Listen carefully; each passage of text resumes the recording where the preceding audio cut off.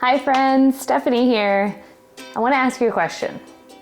Do you know there are certain ingredients that cause inflammation? Let's chat about it. So you're feeling awful, and maybe you have been for a while, but you're on thyroid medication already. Maybe you're not, but maybe you have been taking pills and you're saying, I should be feeling better, I'm taking my medication. But you're still feeling sluggish. You're seeing some flare-ups. Let me tell you that you can turn this around. The three main triggers of inflammation is stress, lack of sleep, and diet. Today we're gonna focus on the diet and ingredients that can cause inflammation. For a second, I wanna highlight TPO antibodies. What are they? That is what marks you having Hashimoto's and differentiates it from another thyroid dysfunction.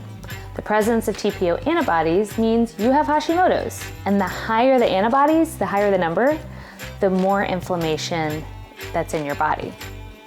So you can bring those numbers down, and I wanna show you how. If you haven't checked out my video on how to ask for more labs from your doctor to get exactly what you need, make sure you check that out. This was really important for me to get those labs in my journey because then I could see my own TPO antibodies beginning to drop. And this was all from the choices that I made. That was enough motivation to continue on this journey for me. You should be able to lower your own TPO antibodies by cutting out these top 9 ingredients, which means you're going to eliminate your brain fog. You're gonna have more energy. If you have swollen eyes, that's gonna go away. If you're bloating, that's going to be eliminated for the most part. All of these symptoms that inflammatory ingredients brings, they're gonna be gone. Okay, I say that because these are not fun ingredients to eliminate. So you ready for the top 9? Number 9, peanuts. Number 8, raw cruciferous veggies.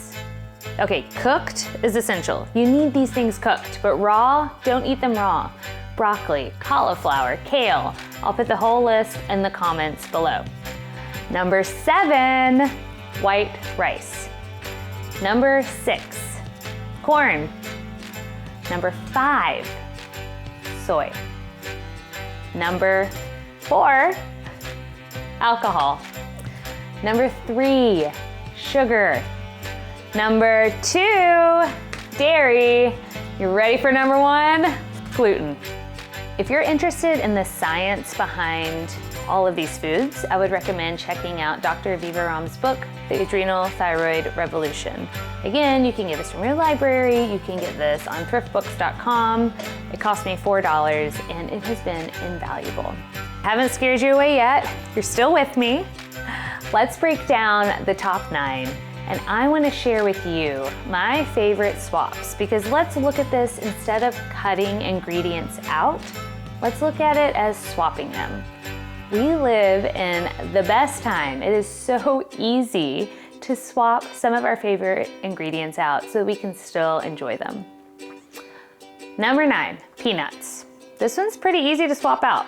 Instead of eating peanut butter, choose your favorite nut butter. So I love almond butter.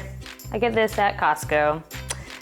You can also nosh on some walnuts, some cashews instead of peanuts. Keep your eye out for labels of any processed foods because there might be some peanut oil in there. There probably is. As well as when you go out to eat at a restaurant, a lot of restaurants cook with some type of peanut oil. So just make sure you ask about it.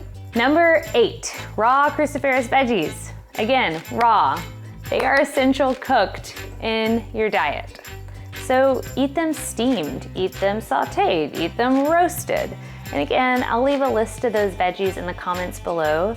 These are actually really good to include in 1 to 2 meals every single day.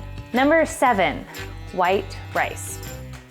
This one's pretty easy to swap out too because we have brown rice. So just cook some brown rice. I personally love cooking a very large batch of brown rice and then I keep it in the refrigerator. So that especially if I'm cooking for my family or cooking for friends and they have a meal based with white rice, I can just go ahead and pull my brown rice out that I've already cooked and add it to my own meal. Just a heads up, brown rice does take about twice as long to cook than white rice. Number 6, corn. Okay, we're getting into the tough stuff now because we actually consume a lot of corn. Think tacos, corn tortillas, tortilla chips, even popcorn. So what do you use to swap it out?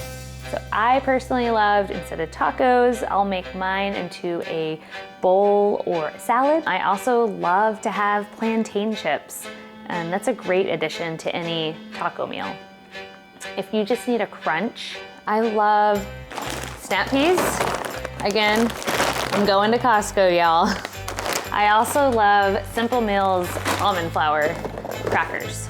These are all packed with all kinds of really good things that you can eat. It's a great substitute.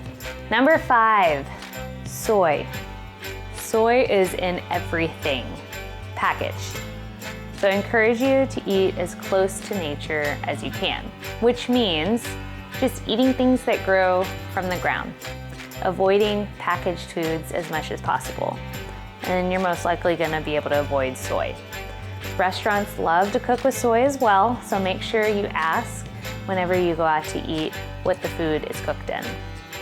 And then of course, soy sauce. So whenever I'm making curries and stir fries, and even on my fish and meat and veggies, I love using coconut aminos. And I got this at my grocery store. This is not a health food store, just a conventional grocery store. Most of them have it. Number 4, alcohol. Now, don't get me wrong, I love a good nightcap, but alcohol wasn't working with my body. I was feeling terrible, getting awful flare-ups, so I cut it out. So something in place of my nightcap, I love hot teas. Rishi has a great herbal chai that just has these warm spices that makes it feel like a great dessert. You're treating yourself while you drink it. I also love, instead of a nightcap, mushroom hot cocoa. It sounds crazy, but it's really good with some honey and some almond milk. Okay, you might be asking, what about when you're out with the girls? What do? I ask the bartender to make me a mocktail, and they're always very happy to make one for me. I personally ask for some seltzer, a little orange bitters, maybe some mulled mint, a little salt, some lime juice, and it goes a long way. Number 3, sugar. Remember, you are more important than donuts on a Saturday morning. Sugar's so hard to give up, and it's like a close friend. You can swap sugar items out, and especially if you're baking or cooking, I love using coconut sugar. Also, maple syrup, honey, and even dates is a great substitute. Number 2, dairy. Personally, when I gave up dairy, I saw all of my skin flare-ups and my rosacea disappear within a week or maybe 2. It was pretty quick enough that I was totally okay leaving dairy out of my diet. Some great substitutes for dairy: instead of milk, almond milk is great, also coconut milk. Instead of cream, if a recipe calls for cream, use coconut cream. Instead of sugar, use coconut sugar. Instead of butter or oil, use coconut oil. But if you're wanting something a little bit more buttery, say you're baking, I would highly recommend this, my Yoko's butter. It's plant-based, but it's only coconut oil and cashews. So it's pretty clear of anything that might cause any flare-ups or inflammation. Another thing I love is nutritional yeast for a good cheesy substitute. Put it on my taco bowls. And if you're really just wanting some cheese, I usually get this oat-based cheese. The Diet brand, you really have to watch. A lot of other brands have soy in them, which is something that you don't want in your body. So stick with Diet or just eliminate it. Now, I love, for a Parmesan substitute, is cured egg yolk. Now my husband made this. I got a shout out to him, props to him. All you need is egg yolks and salt and a cheesecloth. You can Google it, and it's a great substitute for Parmesan. Just grate it on anything you want to eat with Parmesan. Number 1, gluten. I know this one is very, very hard to give up. I mean, most of our diets consist of some type of bread or pasta at every meal. But we live in a great time where it is so easy to sub out gluten ingredients. So I personally love Jovial's brand brown rice spaghetti. I tried a lot of other brands trying to save money.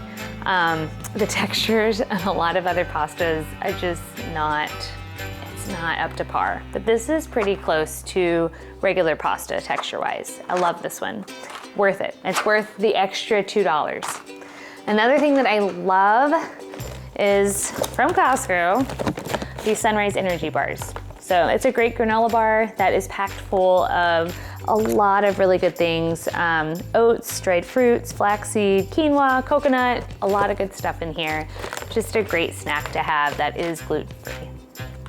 Remember when you buy oats for oatmeal, that you buy them gluten-free, or that you go ahead and just buy steel-cut oats. Steel-cut oats have their own processing, they're not cross-contaminated. Also, 1-to-1 flour, if you're baking and you just want a quick and easy substitute, Bob's Red Mill has a great 1-to-1 gluten-free flour. Sadly, sourdough is off the table. This doesn't mean that later, once things in your body have become more balanced, you can probably add it back in. I personally haven't got to that point yet. I am in my second year on this journey, and I still need a little bit of time before adding sourdough back in. I miss it, I love it. I look forward to that day. There's 2 ways you can go about eliminating these inflammatory foods. The first way is more progressive, and it's slower. Just pick one thing off the list and eliminate it for a whole month. Now, I would recommend starting with gluten because it causes the most inflammation in us Hashimoto's people. Now, eliminate gluten for a month and start to really be in tune with your body. Are you having flare-ups still? How do you feel? How's your brain fog? All of these things, you're gonna start to see a shift and a difference. And then the next month, take out the next thing. Maybe go from the bottom of the list and work your way up. The second way, which I highly recommend, is a reboot. It's where you're going to take out all of those inflammatory ingredients at once and then slowly bring them back into your diet. You can find this reboot in Dr. Aviva Romm's book, The Adrenal Thyroid Revolution, and she will take you week by week. It's really wonderful. I loved it because she gives you the instructions on what to take out that week. And then you'll start to see what foods to bring back in. You're really gonna start to see how your body reacts to not having these foods in your diet and what happens when you reintroduce some of these foods in your diet. Be sure to check out my video where I highlight the 28-day reboot. I also recommend getting labs before the reboot and also after the reboot so you can start to see your TPO antibodies drop as well as your other thyroid labs improve. I know this is a lot. I want you to stop and ask yourself, how bad do I need to feel in order to make a change? Now you can always add these foods back in. And if you accidentally eat something, it's okay. Start again the next day. You need to have grace with yourself in this process. I sure did. This is a big change. You're going to learn a lot about yourself and your body in this process, which is invaluable to your journey. So good luck. Leave any questions in the comments below, and I look forward to answering them.